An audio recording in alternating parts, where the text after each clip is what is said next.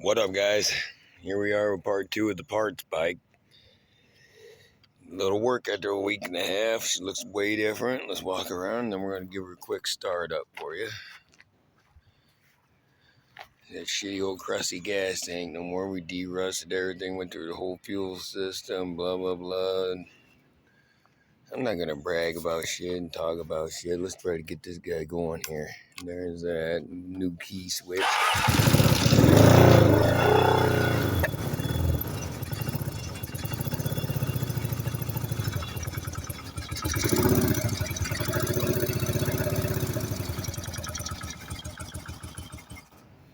See how easy that started now? Let's do it again.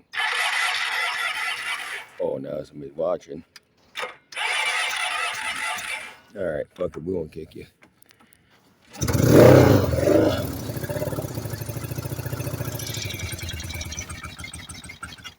Still a little fucking fuzzy, but we'll get her. Hey, you motherfucker.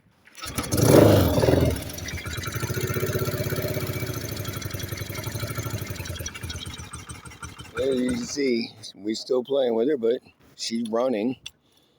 One kick, she starts right up. So yeah, like I said, don't make them into cafe racers.